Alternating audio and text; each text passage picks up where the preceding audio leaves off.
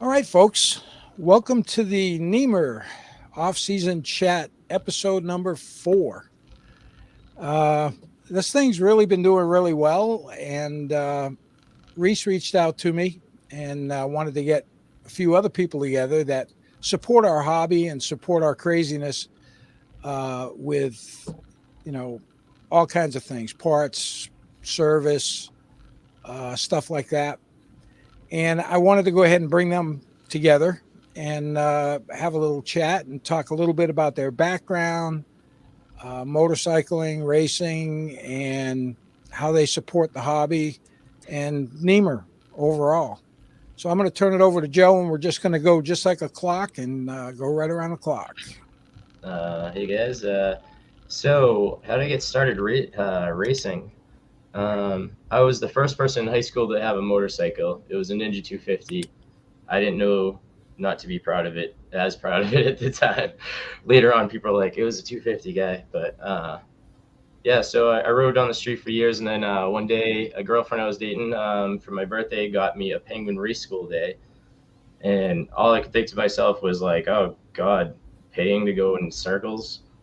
I was like, oh, and they get in single file like that. I thought it was kind of like, I don't know, speed skating or something, you know. And then I almost didn't go because it was 46 degrees that day. But at the last second, I was like, screw it. You know, when am I going to do this again? And the very second I pulled in the track, I heard somebody going by on the bike. And that was that. I was like, okay, doing this the rest of my life.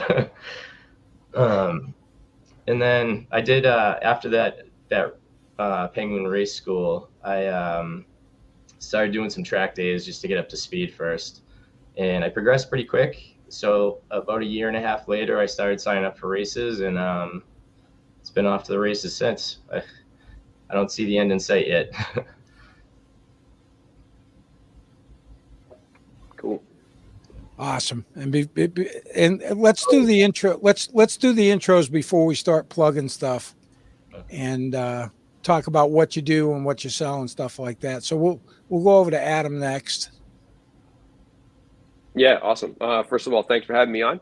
It's good to see some familiar faces and obviously hook up with everybody. I think motorcycling started for me at a young age, and then I kind of started in the industry in the year 2000. So I've been doing it for 20 some odd years now.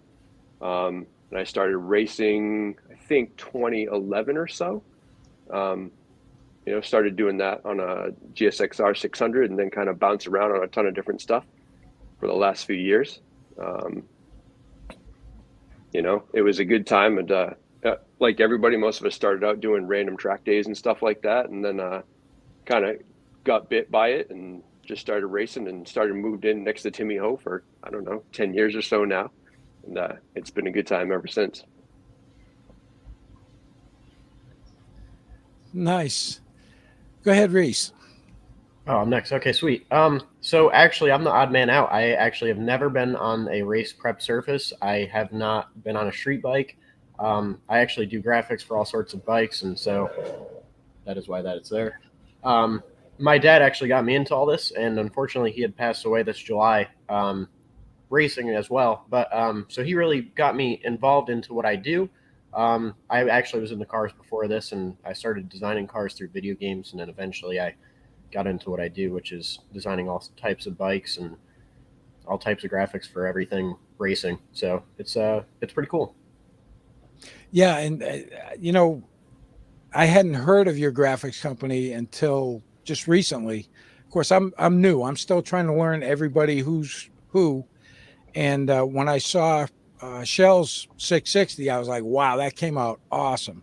Yeah, I was really impressed with that graphics job on that bike. It really looks good. Mine's going to be kind of ugly the first couple of times out, but I'm definitely going to have to hook up with you and have you take a look at it and see what we can do to make it, kind of spangly. Absolutely. I would appreciate that. Thank you. And next we'll go over to Tim. And Tim, are you a veteran? Yes, I am. I think Chris told me that he was going to try and introduce us at one of the races, and I never got over to get introduced. But he mentioned your name. That's how I know your name. Yeah. Yeah, I did that a while ago. But yeah, I started motorcycles think I rode my first bike. I was like 12, something like that. It was a 74 Honda CB 125. It was just some old bike my family had. And so I kind of rode around the cemetery next to our house. And then that was it. That was, 12. I think I got a street bike when I was 20. Bought a brand new Honda CBR F4, orange. Rode that for 6,000 miles and ended up getting a Ducati 748, which I didn't even know what it was. I pulled over because I thought it was like a 916 or whatever. And started it up and heard the dry clutch and thought the motor was blown up or something. And they had to explain to me what was going on. So ended up getting that bike and went to a track day with it. I think it was probably Penguin. Must have been Penguin track day. And then I did a couple Penguin days, some fishtail days, and then started racing in 2010 was my first season, which then you start doing the math out, and I think I should be a lot faster than I am for how long I've been there. But I think I've missed one race weekend since 2010. I didn't race, I think, one weekend. And so I have multiple bikes now, so that won't happen again. Well, you know the old saying, the older you get, the faster you were. Yeah. Well, I don't know. Each season keeps going faster, so. And I'll tell you, it was pretty humbling coming back after 20-something years off the track. Man, forgot a lot of stuff. Yeah. And it all started to click there that last round. And it looks like we got Mr. Eli Block there under the moniker of Northeast Racing Podcast in the chat. And anybody else that's in there, if you got any questions for these guys, make sure you pop them in there and we can get those questions answered. So now what we're going to do is we're going to kind of go back around the clock again and talk a little bit about what these guys offer to us racers in the Nemer series and overall. So, Joe, why don't you take that? So Anthem provides leather racing suits, custom fit, custom designed to racers, track day enthusiasts, and even street riders. We're offering my approach towards the racing program is I want to fully sponsor certain guys, the fast guys, people with a lot of, in the light more often. Make it a really easy decision for them to come over to me and hopefully and prove to them that we make a good product. And so far it's been doing pretty good. I have approximately 20 fully sponsored riders, which is kind of a lot for the season, ranging from BSB, we're Moto America and Nemer and CCS, of course. And we also offer like a lower sponsorship level, more like an ambassador, where the suit is significantly less expensive than retail, and just to help out the guys, get them excited about having a custom suit and get them excited about racing. The real goal is I want people to be like excited about wearing the suit, feel like a superhero, and be protected at the same time. And we also make apparel and odds and ends of a bunch of other things, like anything that concerns racing that could be customized, we could probably come up with. Very good. And over to Adam. Awesome. First and foremost, I'm going to say that I double dip, and I think everybody knows that. So one of my jobs is I work at Seacoast Sports Cycle in Derry, New Hampshire. We're a huge supporter of the Nemer series. That's a nice koozie you get there. So I've been doing that with those guys for 10 or 11 years. We sponsor a number of riders, guys like Timmy Ho, guys like Jimmy Rich, stuff like that. And obviously we service a lot of fast bikes, and we sell a lot of great gear. And then in 2020, I started my own gig. I'd say it's a side hustle, but it's probably runs parallel with my job at Seacoast, and that's going to be AK Race Fab. So I build and prep race bikes, parts, gear, apparel, cool stickers, just stuff like that. So that keeps me very, very busy. And a lot of that is focused on guys in New England, track day riders, and obviously racers. So I like to support them and just keep everybody safe and on a properly prepared machine. Yeah, very good. And I also noticed at Seacoast they come out to the track every race pretty much. Yeah, For we're those. there every single race weekend. We run a full retail shop trackside, and we're also Dunlop Motorcycle race tire supplier. So we keep everybody on the sticky stuff. Very good. And Reese, I know you talked a little bit about your graphics, but we'll flip it over to you. Yeah, so I am the owner and operator of REB Graphics, and we've been around since about 2018 or so. And at first, it was all just basically a hobby that turned into a job, which no longer turned into fun. But I'm kind of full circle, coming back to getting to the point where I love this again, and so my process got drastically changed to where I used to just do the graphics. I used to just do the design. I used to just do the installs and all that jazz. And so now I am doing everything from the original concept, the paint. Then I'm getting the paint back, whether I have to wet sand it or not. I'm not perfect and I'm still learning, but I am taking it into my shop, getting it all squared away as far as that goes. Paint is as good as it can be. Graphics are on. They're designed exactly how I designed them. And everything goes out the door. And, luckily enough for me, I already had this giant support system through my dad. So realistically, I can't get anything as good or better as it is, with the exposure that I already have. But it's just insane. It's really cool being able to provide, literally a bike will come in with nothing on it and it'll leave looking like a MotoGP bike. There's nothing much more I can speak on or try to make it any better than it is. It's just, it speaks for itself. So Is that all printed graphics or? yeah, so for the most part, it's my base paint, whether or not it's some special paint job like fluorescence. I'll actually break the graphics up and cut my graphics to where it exposes paint, and then other ones with just generic paint jobs or like black, they're a full template kit that are actually printed black as well, so it's fully covered. But yeah, it's love doing it, and I'll continue to do it. That's awesome. That's awesome. And Tim. Yeah, Tim Hogan, Superbike Services, probably the newest business. I think we've only been a legit LLC for 14 months, something like that. But what do I do? I'll tell you where I started. I was just setting up suspension for my friends, the people at garage next to me. And so just playing around with the clickers, setting sag and adjusting the damping and stuff like that. And a lot of people liked it. Started doing, I did all my own suspension work. Seco Sports Cycle hooked me up with, parts and engine work and stuff like that over all the years I was racing.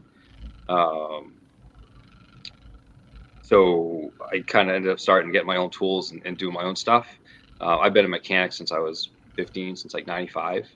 So I always had my own tools and stuff like that. So it kind of was easy to work on friends' bikes, and just started doing more and more. People would ask, and instead of saying no, I say yes.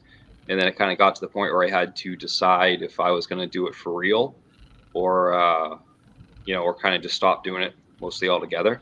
So I decided to go for real. I watched Adam did so well at the track. He puts in a lot of work. Reese, started, and it seems like everyone at the track wants to support us. We do our thing. We love doing our thing. And so it just worked out really good. Timing couldn't have been better. The person who had been taking care of everyone at the track decided to retire. And that was the same time I got finalized all my legal paperwork for this stuff. So I've been busy since then. It's great. Yeah, Peter left a big hole when he decided to retire, and I wish him the best with his new business, PK Data. I hope he does well with that. And we got a question, Flet VT. That's Fletcher. This is one of the guys I pit with all the time, and he's curious when you turned the moto thing into a business. Was it, and I'm assuming, was it just a spur of the moment thing, or did you really take the time to do any surveys or climate surveys, anything like that? And we'll go over to Joe with the first answer. It was actually pretty funny. It dates back to my first track day. I needed to get a suit. I didn't think I was going to like it. I thought I'm just going to go on eBay and get a cheap suit. So I ordered a suit. The guy keeps saying, "Hey, what do you want on it?" I go, "What do you mean? What do you mean? What do I want?" He's like, "Anything you want." So I basically designed a suit and sent it out. And I thought I was just going to get a lump of crap for the price I paid. And it was pretty decent. And so a couple of my friends, they said, "Hey, can you design me a suit?" And I'll contact the guy. And I think it was after like the fourth or fifth person, I was like, "I'm not doing this for free anymore. It's taking up like hours of my day." So I made a business, an LLC, and I decided, it would help to pay for racing, and it kind of took off pretty quick. It's been quite a few bumps along the way, but that's to be expected with, new businesses, and I'm just gonna keep pushing through. And the manufacturer I have now is doing fantastic. Yeah, I love the guy, and suits are fitting like gloves. So onward and upward from the past. So is your stuff made here in the U.S.? No, most of my stuff is made in Pakistan, and I now incorporate halite gyroscopic air vests in with our suits. Well, it's an addition, and those come from halite, France. Other than that, yeah, everything's made in Pakistan. We quadruple stitch all of our gear. So if the outer two stitchings come undone during a crash, the under two will at least hold it. It's becoming the standard for suits because you don't want to be ripped open doing, crashing at 160 and your pants rip open. So there's a little bit of stress involved with it, but I'm confident in my manufacturer and our design, to keep people protected. Fantastic. Adam, how about you? How did you get go from moto to business?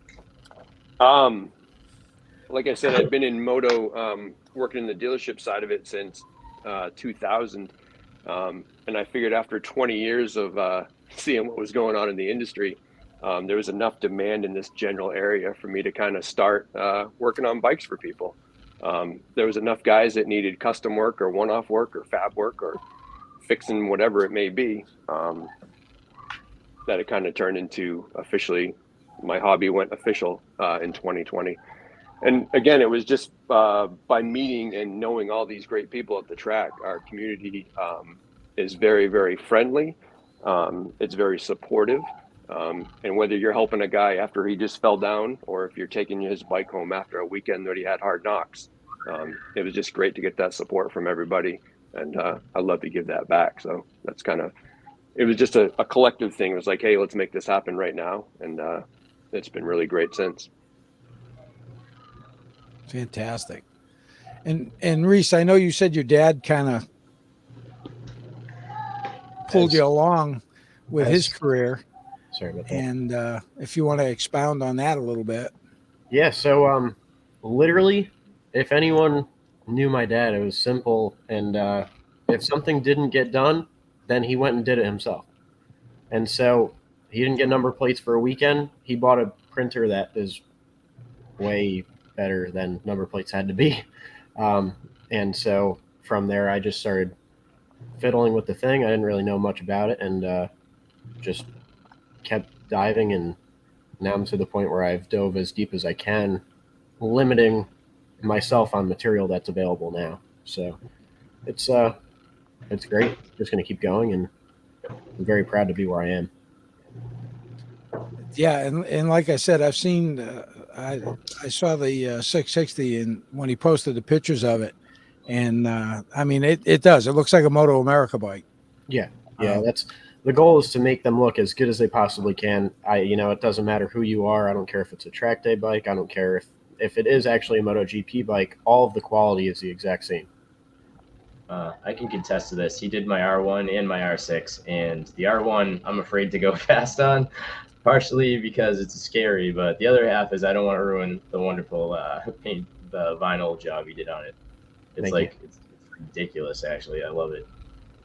I would say to attest to Reese's quality, I've been in the GP paddock and I've been in the garages, and their sticker jobs are terrible.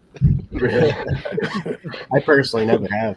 Yeah, those bikes are made to do one thing and look good from 100 feet is about it. When you get close to him, it's all wrinkles and botch stuff. So Reach's stuff is right at the top of the game. Nice Thank you. work. I appreciate it. All right, over to you, Tim. I think I did my answers backwards. I told you how I got into it and didn't tell you what I do. But yeah, I do suspension work. So the big stuff, I'm a K-Tech dealer. I can get other brands, Penske dealer also, but yeah, I can get other stuff. So kind of whatever the customer wants, install it, set it up, and help tune it and dial in at the track. That's what I do. So how I got into it is I just started doing that stuff at the track for my friends. And yeah, it's fun to see everybody go faster. I think one of the guys I remember that really sticks out in my head was he was just frustrated. I had set his bike up for him, and then it rained, and he made some adjustments to it, and he came over and he was just wicked frustrated and couldn't ride the bike anymore. So I went over and he just turned knobs, and so I put him back to where I felt they should be, and he went out, had a great weekend, and so he had more fun because of me, and that was awesome. And so if I can do that to more people, and then I know, like, I think I lost probably a couple of seasons to trying to ride around bad suspension, and so then I finally got it dialed in, and all this stuff kind of clicked in my head, and I'm able to help people get closer, and then we're all trying to go faster, right? And so if I can help you be more comfortable on the bike and then help somebody go faster, they have more fun, and I get a kick out of that. Just trying to tune the stuff in, and then it's all the peripheral around doing that. So, I get bikes, I'm doing suspension stuff, and then headset bearings are trashed. So, try to do that and take care of light maintenance. But I'm kind of so busy with the suspension stuff that I stay away from anything kind of heavy. But yeah, just helping my friends out and watching people go faster is how I got into it. It's great. And you'll work on any type of suspension, correct? I mean, as far as helping with setups and stuff. Yeah. Last year, what I did is I kind of just booked, 4 or 5 people on a Friday, Saturday, and would work those, check those bikes out, check sag, make sure springs are closed, and you can only do so much of the track. And I only want to do so much of the track. But if I can get it closer, and then they have more fun. Oh, and they need it serviced. Well, let's service it. We'll do some springs at the same time, make a couple other adjustments, see how that goes. But yeah, basically any brand suspension. There are brands I like more than others. But yeah, I haven't turned anything away yet, except dirt bikes. I don't do dirt bikes. Yeah, that's a whole different breed. Because I can ride an ice bike that's hilarious. I don't hit jumps. I can't talk that talk. I don't want to. There's other people that do that really well. I'll let them do it. Yeah, I did motocross, hare scrambles, enduros all throughout the years. Even after I stepped away from road racing, I was still riding dirt bikes. And I don't have one right now. It's just getting to be a little tough on the body. It's tough to be in your 60s, being 21 trapped in a 60-year-old body. It's kind of rough. True. Yeah. So let's see. We get any more questions? I don't see any. So I guess we can just BS for a while. What I would like to ask is, I don't know if any of you caught last night's live with John. I watched half of it. I was watching that right before this. So I'm going to throw this out there, and Reese, you may not have an answer for it or not, but personally, I think that, I can't even fathom that he had somebody come in and say, I'm going to give you $250,000, but you have to use it for that race. I can't even fathom somebody just chucking out 250 grand to do it. And I can predict that we're probably going to see some big teams coming in. I don't know. I know John mentioned last night that when it opens up for registration, that's when you're going to know who's coming, because they're only going to take a certain amount for the actual classic race. So it'll be interesting to see who signs up. I'm so torn if I want to try to qualify for it or want to watch it. I'm not sure which would be more fun. I mean, I don't know. Luckily for me, I can try to qualify for it, and then I get to watch it. I'm kind of hoping I'm in that same group. You know, just maybe have a bad morning, my warmers weren't on or something. I don't know, but it's going to be cool. I'm excited to see what happens. It's going to be an amazing show. Yeah, for sure. Yeah, it's going to be interesting, and I think it's going to bring a lot of really good light to the NEMA series. I'm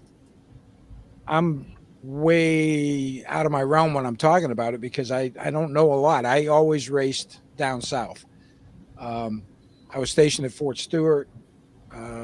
Went and did a track day thing up at Road Atlanta, and the hooks were set. I got a late start. I was in my mid-30s when I started, and I started off racing sportsman, clubman, that kind of thing on EX 500s, and then bumped up to 600s, and I had a lot of fun.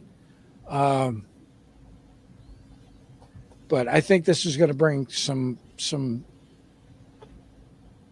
eyes on the Nemer series, and Yeah, I mean, 50 grand. That's the crazy part, right? I mean, that's more than the Moto America Superbike purse. Yeah, I keep hearing. I mean, I don't know who knows anything, but like people from Isle of Man, was it somebody's Joe Dunlop or something? Somebody said. I mean, I have no idea. Michael. Yeah, I have no. Who knows what's true about anything? But it's fun to start thinking about all that stuff and just seeing what's going on. I think I've only been to one. I went to one MotoGP race. Was it Austin, Texas, in 18 or 19 or something like that? And God, the bikes are just forget about you can't get close to Kells can get close to MotoGP bikes, but you can't get close to those things. You look at the Moto America stuff.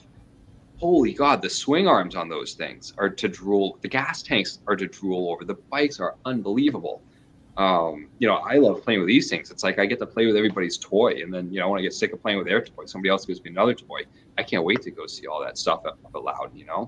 It's hopefully there's going to be a lot of stuff to look at. Oh, it's so cool. Yeah. I mean, I think what's going to happen is guys are going to show up, and it's their job to win, right? It's not Timmy and Joe or whatever racing around on a Sunday because we're having a good time. Like, everybody wants to win, but these guys get paid to do this, and this is a big payday. Whether it's going to be full factory teams or whether it's going to be super fast guys on a hot rod that, a one-off build. But like Timmy said, it's going to be some great stuff to see. There's going to be some fast guys, and it's going to be eye-opening for a lot of people to realize that, these guys are fast. They could learn a track in 3 laps. And like Mesa said, in 5 laps, he's going to go for a record. Like, that's just that's their job. That's what they're going to do. So it's going to be awesome. It's going to be a great time. And if anybody wants to hang out over at the tire tent with me and watch it, you're more than welcome to. Well, I'm sure you'll have a lot of takers on that. Oh, yeah. That's for sure. I'm pulling for my boy Eli. He's progressed quite a bit in a short period of time. Come on, Eli, let's go. Woo! But Paul Duvall's in the race up front too, so we'll see. I'm excited to hear. I heard John Grush was saying that he believes they're going to be doing minute 9 lap times. I feel like that would. I might have to sit this out and just watch because I don't want them passing me that fast either. Probably spook me or something. Yeah, it'll be interesting to see if they get down to 109s. And he did talk a little bit about some of the track repairs they're going to do. And he kind of shed some light on that, turn 10 debacle, where the guy came in with the infrared thing and just totally screwed it up on everybody. I've never noticed that, but if they could get rid of the gully going through 12, that would be appreciative. And he talked about that too. And you just got to wait to hit it, and then, okay, let's get back in. And I don't want him to make it too smooth either, because then I won't have anything to do. Well, he did say that what happened is when they put that patch in, the ground settled underneath it, and it made that dip after where the original dip was. So, I mean, I think he said he had a $40,000 budget for track repair. And that's one of the places that they're going to do some work on it, that and 10. So those are the two, I guess, really big problem areas right now. Be curious to see Fletcher's what asking what the track record is now. And I haven't got a clue. Maybe one of you do. It's a low 210. Yeah, it's 10 and change. Yeah, SG did a 10 something, didn't he? But then was it? I thought Middle Adam did like a 9. So that was in practice, I guess. Eric set it on an 848. It's like a 110.1 something, 18. Yeah. Where's Johnny B? He knows all this stuff. There you go. Eli says it's 110.4. And Mladen ran he said Mladen ran a 9. Yeah. What was practice or something like that, you said, Reese? I don't even know what it was. I don't know what kind of lap that was set in. No, I don't know. But I do know it was 848. The track's changed a lot too over the 10 years I've been there. It's changed huge. Yeah. John was talking about safety stuff. I mean, forget it. I think they pushed out like the turn 6 wall. There were trees and stuff up on the tree house. There was a tree house there. Literally. There's no tree. Yeah, it was in the tree. So yeah, forget about hitting some gravel. You're catching that. Like lots of improvements on that stuff. But having it smoother, I think, will help the lap times too. We don't want it too smooth before the classic. I know that's kind of like the local secrets, right? Like watch out for the hole. Yeah. Don't pass him to wide and 11. We'll fix it right after the classic. Just fix them after. Doesn't matter. I don't think it will slow them down much. No, I think it'll be pretty epic. Yeah, Jason made a good point too. He said it's going to be like the old AMA days of the 90s. And it's definitely going to be a spectacle. There's no doubt. It was pretty crazy. Like thinking about it, right, with Moto America last year, which is a perfect example of this, taking and adding Daytona to the schedule of all things, totally different track to all the tracks. So the people that have ridden Daytona before know the track enough. They had no issue and they did better than most of the field. And then you got all these other riders that are fantastic at all these other tracks that struggled at Daytona. So I feel like Loudon's going to be the same kind of thing. You're going to have people like Eli that, they know exactly what they're working with. And then you're also going to have people, and I know names, and I'm not name dropping, but I know that there are people that race in any other class in Loudon that are building bikes for this classic event. They're going to come out of the woodwork, and then there's going to be your hometown heroes. Along with Eli, you're going to have people that are doing this as jobs, like Kels has said, and they are literally going to get in their own head over that track because it is so obscure to really any other track in America. I mean, it's so different.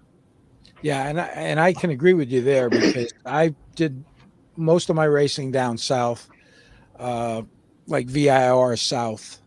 Right. And the tracks down there, of course, the pavement's usually better because they don't have to deal with the freezing and thawing and all of that stuff.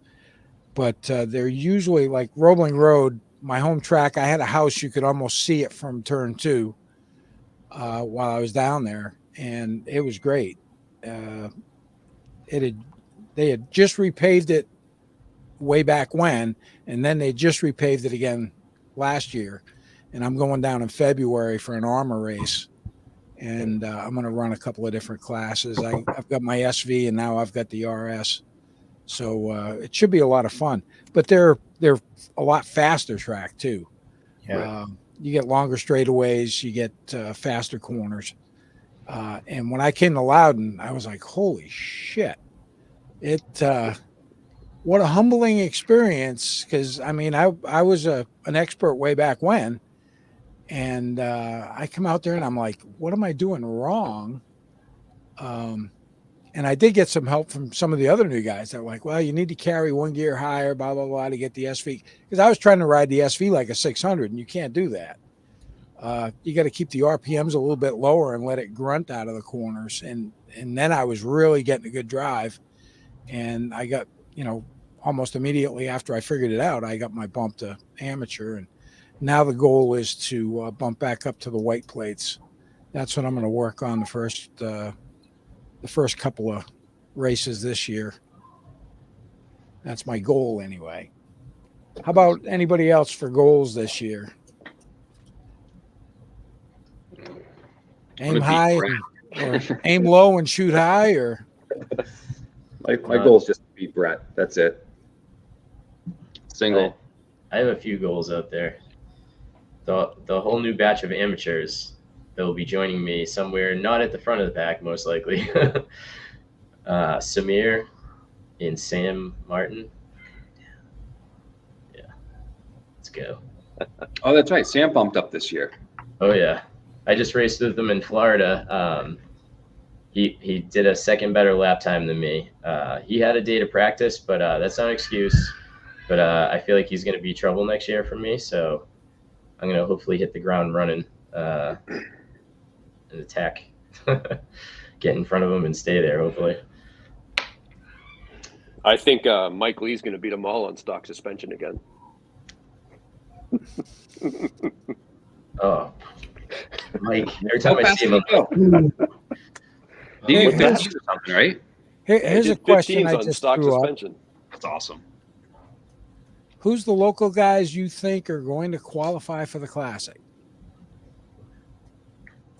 Go Joe. clockwise. Well, and they still haven't set in stone whether it's going to be 108% or 110%. But guess it depends. How many laps for qualifying are they giving us? there's two groups. I think he said 25 minutes. Oh, okay. Two groups of 24.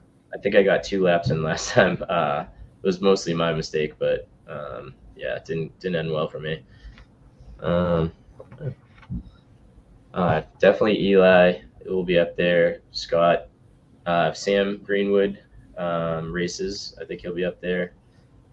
Shane Narbonne, of course. But actually, there's not a lot of people talking about Shane when I feel like, he might have what it takes. He's won the last 9 years straight now. But I feel like Eli knows him pretty well too, and Eli's going for him. So he's got Scott to deal with, and then I think Paul Duvall will be up there with him. He's been doing really well lately, and I think he just did his best lap time at the end of last season. So I'm just happy that a bunch of our boys are going to be up front there, playing away with them, giving them the sauce. Yeah, I think that it's going to be a pretty good mix, and it's going to be nice to see the local talent, going up against some of the pros, the guys that are in the Moto America show. Because I think I think the track's going to weed them out pretty quick, and I think it's going to be a little bit easier for the local guys that have been there for a while, because every crack and seam and bump and everything. So it's going to be interesting. There's no doubt about that. I can't wait for it to rain. Watch the lines. That would be You're not the perfect. first person that said that. I'll put all my chips on one guy when it rains, and you guys already know who it is, so it's all good. I think he won a professional one of the rain already, didn't he? That's what he does. That'd be awesome. Let's see. We got a reminder. License renewals are due today, kids. Or you lose your number. My wife sent mine in a week ago. I don't know what everybody else is doing. Thank you, Kevin. I did the online thing and renewed. Oh, it's Wimble. Yeah, look at him. He's got to come back to the track. And then they're saying 13s to qualify. That'd be pretty epic. What kind of beer you But drink, yeah. Adam? I'll get some beer for the track. We can sit on trackside. Yeah, I'm not going to That's be solid. doing 13. I'm going to go back to what I think that was Sergio that was talking about who's going to qualify in the Classic. I'm not going to count these people out, and I want to name drop them because I think that they're capable and I want this to be motivation. But Tyler Sweeney being one of them, I don't know if he's even going to show up, but he's totally capable. And then Ian Beam definitely is there. Like, he's chomping on the bit to be where he wants to be. I think that they'll all qualify. Or they both will qualify. All. Yeah, they said 13s. That's what Eric was saying. Eric Wood. And that's probably There's not many in that group. It's a small party. Yeah. Super small party. well, it's 48 for qualifying, and that's what they're going to 48 cut riders. it off at. That's what they're up to now. 48. So yeah, he cut it off at 48. So if you don't sign up quick enough, you may not get to sign up for it. It's first come, first serve. They'll shut it off at 48. Out of that 48, there'll be 2 groups of 24 that'll do their qualifying sessions. And we'll have to see what happens. Huh. So once they open up the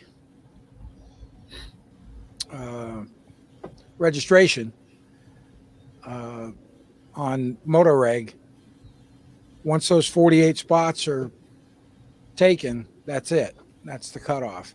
So as soon as it drops, if you plan on doing it, you need to be right on top of it.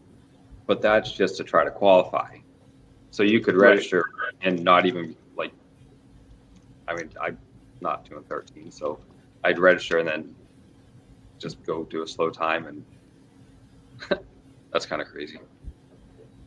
Yeah, it sounds like it's 48 spots to reg, and I don't know if they're going to put all 48 on track or if they're going to cut it down. It's hard to say. It becomes a safety thing too. If 48 guys register, you can't have guys out there ripping 19s when guys are running 9s and 10s. I think should be a solid rules package. John said something about 32 would be Nice. taken out of that qualifying group To start. for the actual race.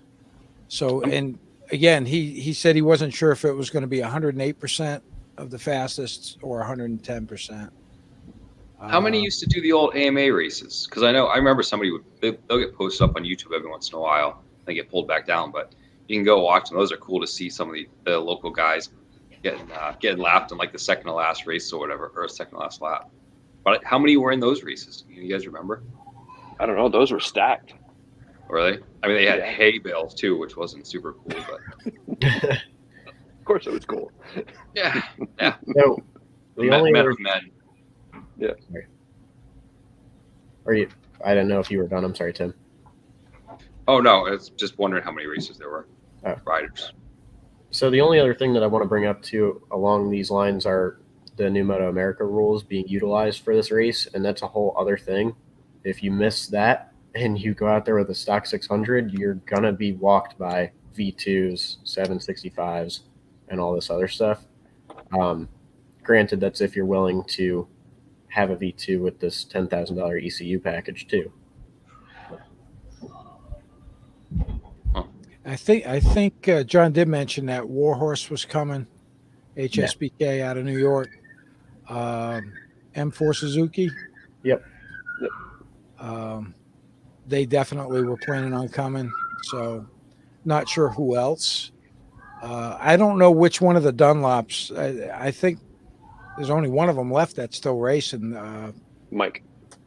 Yeah, I think there was some talk of him coming. And also a couple of the British Superbike guys were talking about coming.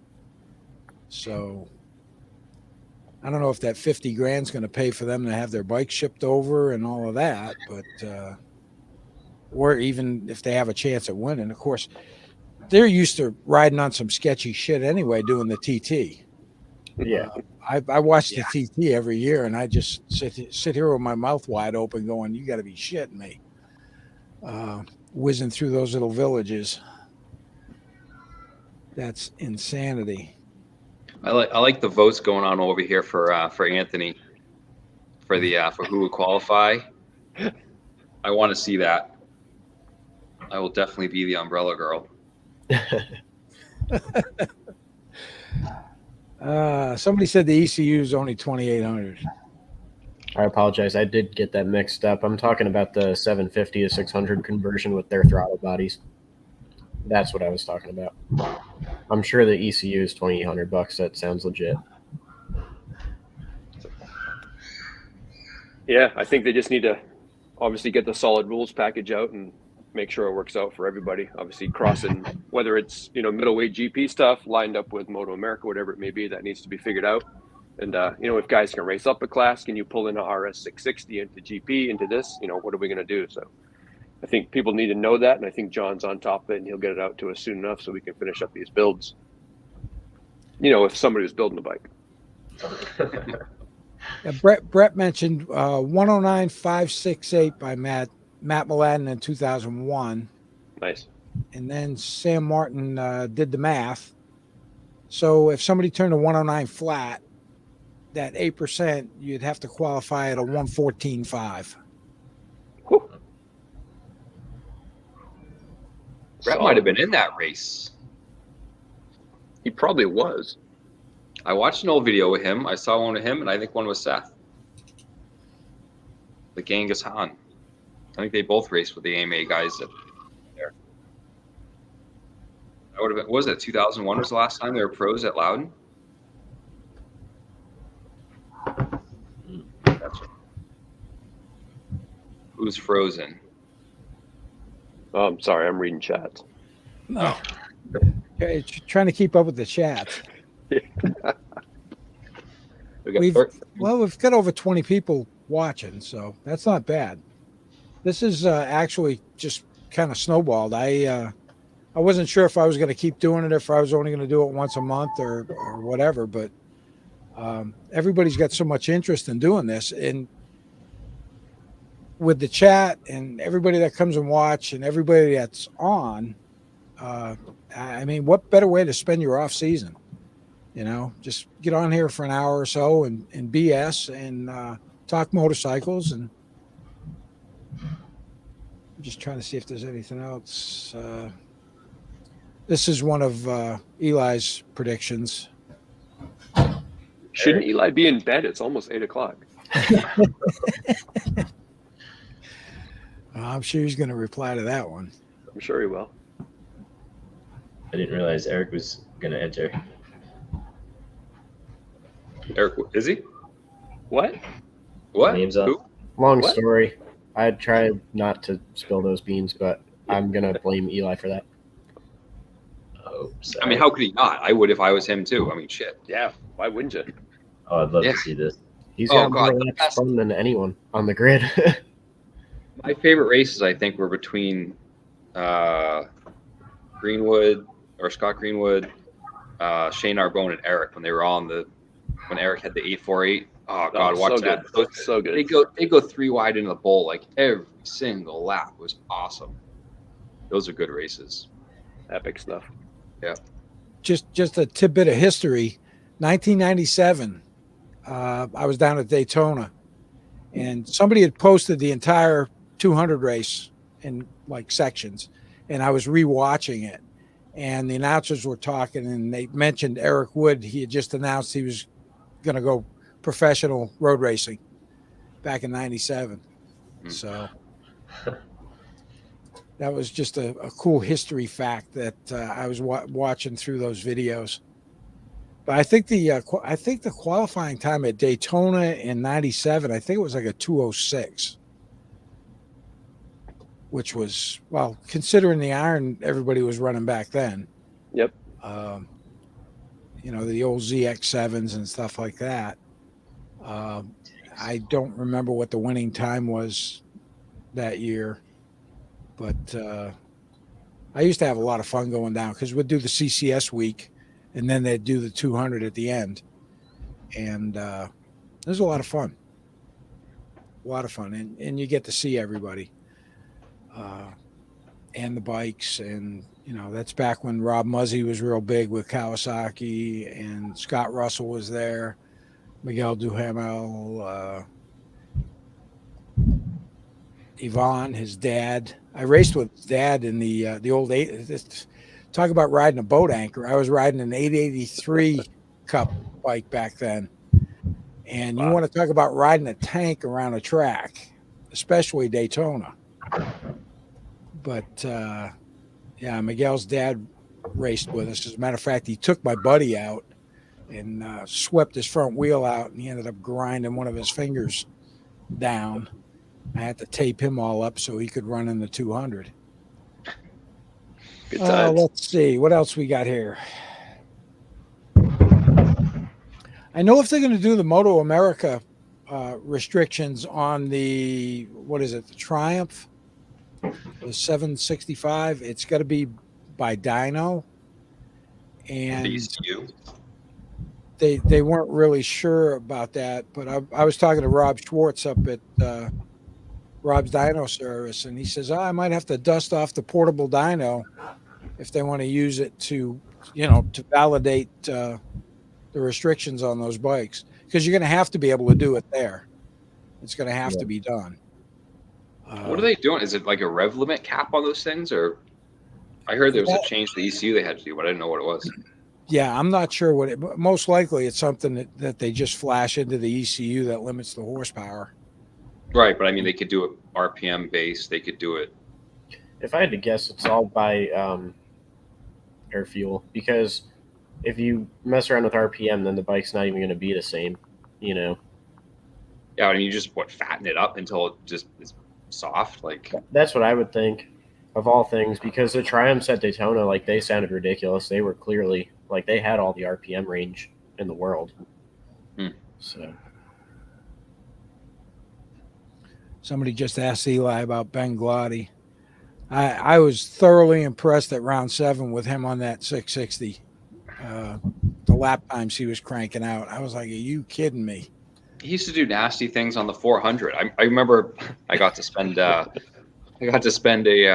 session in the 310 split, and so I was looking back up and watched. He'd slide that thing down into it. It was nuts. Yeah, I'd love to see him do well. Or Teague hubs. Or any of those. And I'm sure they'll be coming. There's all right. Well, we've been going just under an hour. Anybody else got any comments over there in the peanut gallery? And we'll try and answer those. But other than that, I think I'm going to pass it around for final comments, and we'll call it a night. Joe, why don't you go ahead?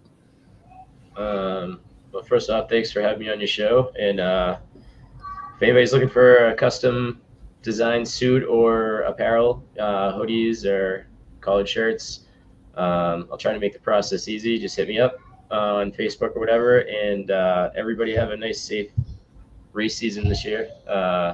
Looking forward to seeing you out there very soon. Adam? Cool. Yeah, again, thank you for having me on. It's great to see these guys not at the track and actually in regular street clothes. Excited for this year. Super pumped to be supporting a lot of riders. I hope to see everybody, swing by and see me at Seco, see me at the shop, come by my shop if I'm ever here. Well, I'm always here. And, hit me up if you need anything. Happy to help out, and or happy to even point you in the right direction. So thank you again. Reese? thank you for having me on. I'm very grateful. It's a cool little experience, and especially having all these guys on here, super talented guys. I'm very glad to be able to be in the same circle, so to say, and occupy the same space. If there's anything to take away from this, I'm hoping that all of us just go up from here, and that's all I can hope for. Or keep going. I can't say that word. And thank you for getting these guys together, and we made it happen. Yeah, Tim? absolutely. Yeah, thanks for having us. This was fun. It went by way quicker than I thought it was going to. Final stuff. I mean, anyone needs suspension stuff sooner is better than later. The funniest thing I keep seeing, and you guys probably hear the same thing, is that, people check in and, no rush right now. Yeah. And then March, hey, I need my stuff done. So sooner is better than later. That's it. Yeah. I can't wait to be back on track, and hopefully it gets cold and freezes up so I can actually get on the ice. That would be nice too. But yeah, as long as I'm on a bike somehow, I'll be happy. Yeah, there's no ice around here, that's for sure. Mhm. And for everybody tuning in, and for everybody who's going to watch us after the fact, hey, support these guys because they're there to support us. And I mean, it's the least you can do. Uh, let's help them with their businesses and the services that they offer.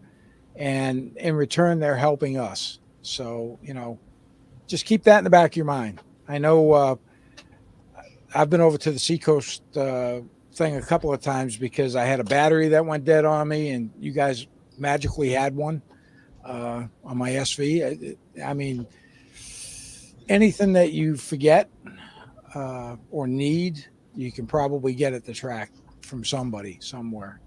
But if you enjoy the content, guys, make sure you click that subscribe button and give us a thumbs up because it helps the algorithm. Make sure you hit the little bell to get notifications. That way, you know when we're online and when there's new media uploaded. And if you're out riding on twos, I've got Harleys going by every day now. Keep the shiny side up, rubber side down. And as always, guys, have yourself a great evening. You too. Thanks. Thank you, Craig. Thank you. Good night.